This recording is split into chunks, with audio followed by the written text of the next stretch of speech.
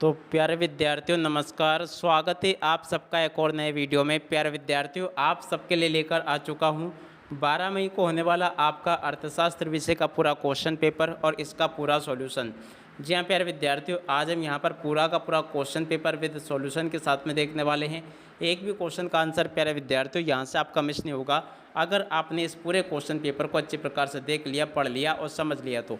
अब चलो अपन जल्दी से आगे बढ़ते हैं, समझते हैं कि हायर सेकेंडरी परीक्षा 2026 के लिए आपका अर्थशास्त्र विषय का पूरा क्वेश्चन पेपर परीक्षाओं में देखने को कैसा मिलेगा। टोटली ए टू जेड सभी के सभी क्वेश्चन और उन सभी क्वेश्चन के आंसर मेरे द्वारा यहाँ से आपको बताए जाएंगे। तो चलो अपन जल्दी से आगे बढ़ते हैं, समझते हैं आपके पूरे पेपर को और इस पेपर के पूरे सॉल्यूशन को, ताकि आप सबको ये पूरा का पूरा क्वेश्चन पेपर अच्छे से समझ में आ सके और आप सब लोग अपनी परीक्षा के पेपर में टॉपर बन सको। तो देखिएगा प्यारे विद्यार्थियों, टोटली आपके पेपर में 23 क्वेश्चन पूछे जाएंगे और 80 अंकों का पूरा क्वेश्चन पेपर होने वाला है। जैसा क्वेश्चन पेपर प्यारे विद्यार्थियों यहाँ पर मैं आपको बताने वाला हूँ, ठीक ऐसे क्वेश्चन पेपर आपको परीक्षाओं में देखने को मिलेगा। तो चलो अपन जल्दी से आगे बढ़ते हैं, समझते हैं आपके पूरे पेपर को और इस पेपर के पूरे सॉल्यूशन को, ताकि आप सबको ये पूरा का पूरा क्वेश्चन पेपर अच्छे से समझ में आ सके। आप लोग यहाँ से इसको अच्छे से पढ़ सकते हो, देख सकते हो और समझ सकते हो। अब इसके बाद में चलो अपन आगे बढ़ते हैं, समझते हैं आपके पूरे पेपर को। तो लीजिए प्यारे विद्यार्थियों, ये रहा आपका पूरा क्वेश्चन पेपर। अच्छे से आप लोग इसको देख लें और पूरा का पूरा क्वेश्चन पेपर समझ भी लें।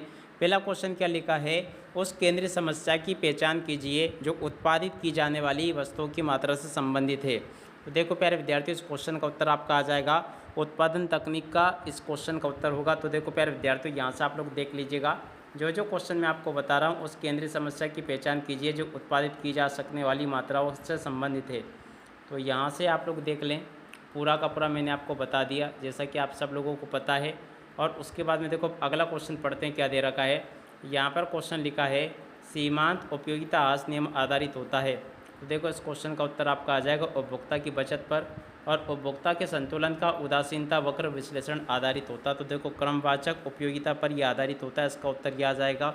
अब अगला क्वेश्चन पढ़ते हैं, कीमत अनुपात PX/PY का ढाल संसूचित करता है। तो देखो प्यारे विद्यार्थी, इस क्वेश्चन का उत्तर आपका आ जाएगा आ बा सा दोनों, इस क्वेश्चन का उत्तर होगा, ठीक है।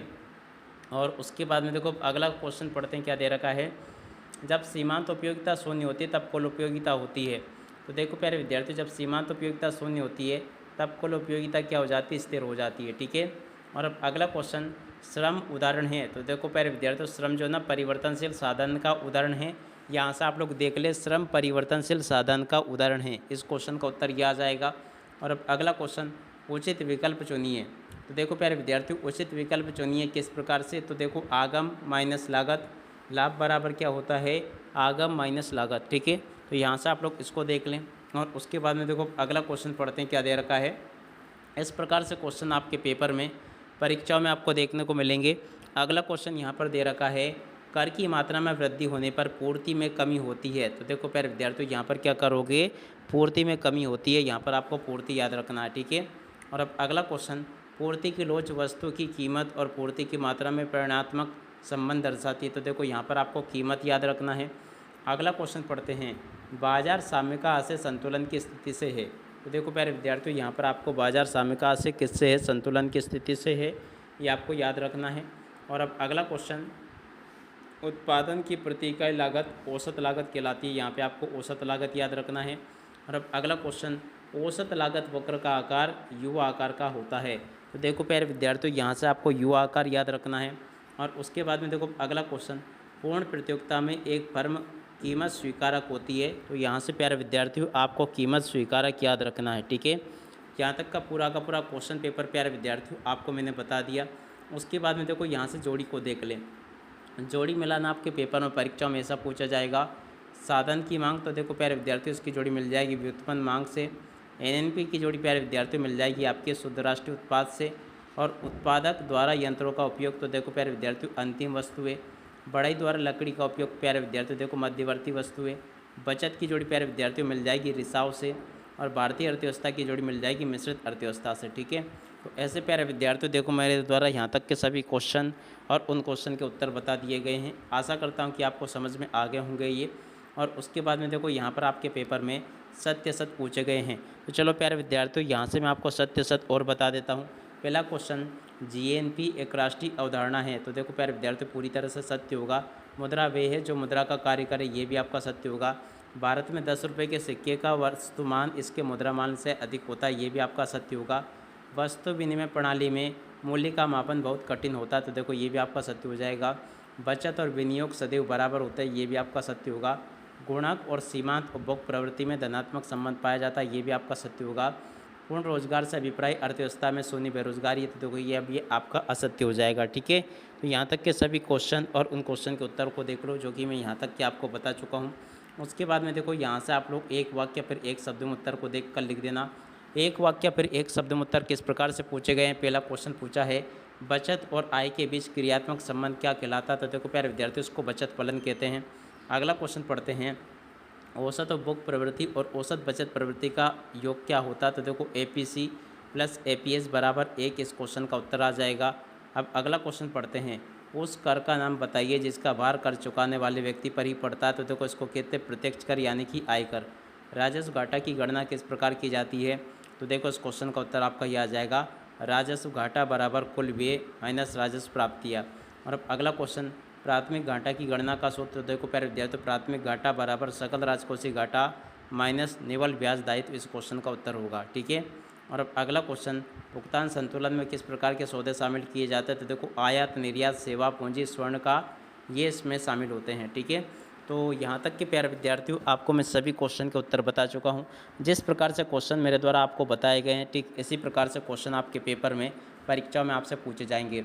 उसके बाद में देखो प्यारे विद्यार्थियों यहाँ पर आपको क्वेश्चन दे रखे हैं, इनको भी आप लोग पढ़ के जाना। जैसे कि मांग का अर्थ आपको बताना है, उत्पादन के कोई 2 साधन आपको बताने हैं, तो इस प्रकार से आगे आपसे क्वेश्चन पूछे जाएंगे।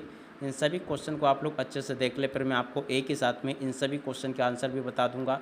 टोटली प्यारे विद्यार्थियों देखो आपका जो क्वेश्चन पेपर परीक्षाओं में बनकर आएगा ना, और बिल्कुल इसी प्रकार से बनकर आएगा जैसा कि आपको मैंने बताया। आप चलो मैं आपको इन सभी क्वेश्चन के आंसर और बता देता हूँ। तो लीजिए प्यारे विद्यार्थियों यहाँ से आप लोग इन प्रश्नों के उत्तर को देख लो। ये पूरा का पूरा आपका प्रश्न नंबर 6 का उत्तर लिखा है, इसको आप लोग देख लो और अच्छी प्रकार से पूरा का पूरा समझ भी लो। उसके बाद में देखो प्यारे विद्यार्थियों ये प्रश्न नंबर 6 के अत वाला क्वेश्चन का उत्तर लिखा है मांग की कीमत लोच का अर्थ लिखिए। तो देखो प्यारे विद्यार्थियों यहाँ से आप लोग मांग की कीमत लोच का अर्थ देख लें। उत्पादन के कोई 2 साधन आपको बताने, तो देखो यहाँ से आप लोग उत्पादन के साधनों को देख लें। हासमान पेमान का प्रतिफल का अर्थ आपको बताना है, तो देखो प्यारे विद्यार्थियों यहाँ से आप लोग इसको देख ले, ये भी मैंने आपको बता दिया। और अब अगला क्वेश्चन प्यारे विद्यार्थियों पढ़ते हैं संप्राप्ति का अर्थ लिखिए। तो देखो प्यारे विद्यार्थियों संप्राप्ति का अर्थ आपको इस प्रकार से लिखना है, यहाँ से आप लोग देख लीजिएगा। प्रश्न नंबर 8 का उत्तर ये मैंने बता दिया। और अब अगला क्वेश्चन सामान्य लाभ का अर्थ लिखिए। तो देखो प्यारे विद्यार्थियों सामान्य लाभ का अर्थ यहाँ से मैंने आपको ये बता दिया। समष्टि अर्थशास्त्र का अर्थ आपको बताना है, तो देखो समष्टि अर्थशास्त्र का अर्थ यहाँ से देख लें आर्थिक एजेंट को समझाइए। तो देखो प्यारे विद्यार्थियों आर्थिक एजेंट यहाँ से देख लीजिएगा, ये भी मैंने आपको बता दिया। उपभोग वस्तुओं को समझाइए, तो देखो यहाँ से प्यारे विद्यार्थियों आप लोग उपभोग वस्तुओं को देख कर लिख दो, ये भी मैंने बता दिया। पूंजीगत वस्तुओं को समझाइए, तो देखो यहाँ से आप लोग इसको देख कर लिख दो। मुद्रा की मांग का अर्थ आपको बताना है, और उसके बाद में देखो मुद्रा की पूर्ति का अर्थ आपको बताना है। और उसके बाद में देखो प्यारे विद्यार्थियों विमुद्रीकरण को समझाइए। सट्टा उद्देश्य को समझाकर आपको लिखना, तो देखो सट्टा उद्देश्य यहाँ से देख कर लिख देना, ये भी मैंने आपको बता दिया। ठीक है, समग्र मांग क्या है इस क्वेश्चन के उत्तर को भी देख लो और इसे भी पूरा का पूरा याद कर लेना। यहाँ तक के सभी क्वेश्चन के उत्तर मैंने आपको बता दिया। समग्र पूर्ति किसे कहते हैं, सीमांत बचत प्रवृत्ति का अर्थ आपको बताना है। औसत बचत प्रवृत्ति का अर्थ प्यारे विद्यार्थियों आपको बताना है।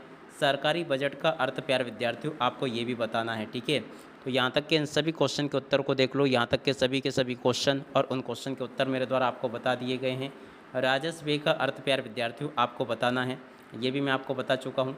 सीमांत उत्पादन संभावना क्या है, देख सकते हो प्यारे विद्यार्थियों सीमांत उत्पादन संभावना क्या है, इसको भी देख लें और इसको भी पूरा का पूरा समझ ले, याद कर ले। ठीक है, उसके बाद में देखो सकारात्मक आर्थिक विश्लेषण में आपका क्या अभिप्राय है।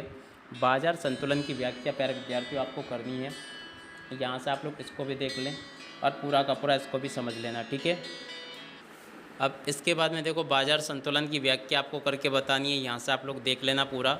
और फर्मों की एक स्थिर संख्या में होने पर, तो देखो इस क्वेश्चन के उत्तर को भी देख लेना। प्रभावी मांग क्या है, इस क्वेश्चन के उत्तर को प्यारे विद्यार्थियों पूरा का पूरा देख ले और याद कर लें। मित व्ययिता की विरोधाभास की व्याख्या आपको करनी है, इसे भी देख लेना।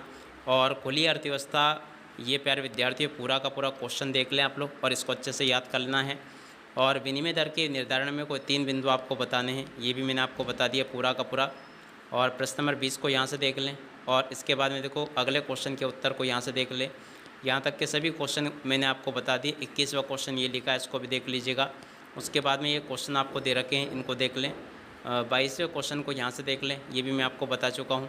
और 22वें के बाद में देखो इस प्रकार से क्वेश्चन पूछे गए हैं, लाभ आदितमीकरण किसे कहते हैं, ये भी आपको बताना है। इस क्वेश्चन के उत्तर को भी देख लीजिएगा। उसके बाद में देखो एक क्वेश्चन मैंने आपको बता दिए जो कि टोटली आपके पेपर में इस प्रकार से पूछे जाएंगे, भारतीय रिजर्व बैंक की मौद्रिक नीति के कौन कौन से उपकरण हैं। तो देखो ये भी आप लोग देख कर लिख दीजिएगा, यहाँ से आप लोग देख लें और पूरा का पूरा समझ लें। मुद्रा के किन्हीं 4 कार्यों को लिखिए, तो देखो इसको भी देख कर लिख दें, ये भी मैंने आपको बता दिया, ठीक है। इसके बाद में चलो अपन आगे बढ़ते हैं, अगला क्वेश्चन पढ़ लेते हैं। तो देखो यहाँ तक के सभी क्वेश्चन के उत्तर मैं आपको बता चुका हूँ। इस प्रकार से प्यारे विद्यार्थियों आपको तैयारी करनी होगी, जैसा कि आपको मैंने बताया। टोटली आपके पेपर में आने वाले A to Z सभी के सभी क्वेश्चन और उन क्वेश्चन के उत्तर मेरे द्वारा आपको बता दिए गए हैं। इसी प्रकार से क्वेश्चन होंगे जो कि आपके पेपर में, परीक्षा में आपसे पूछे जाएंगे। अब इसी के साथ में इस वीडियो को यहीं पर पूरा करते हैं। नमस्कार, जय हिंद, जय भारत।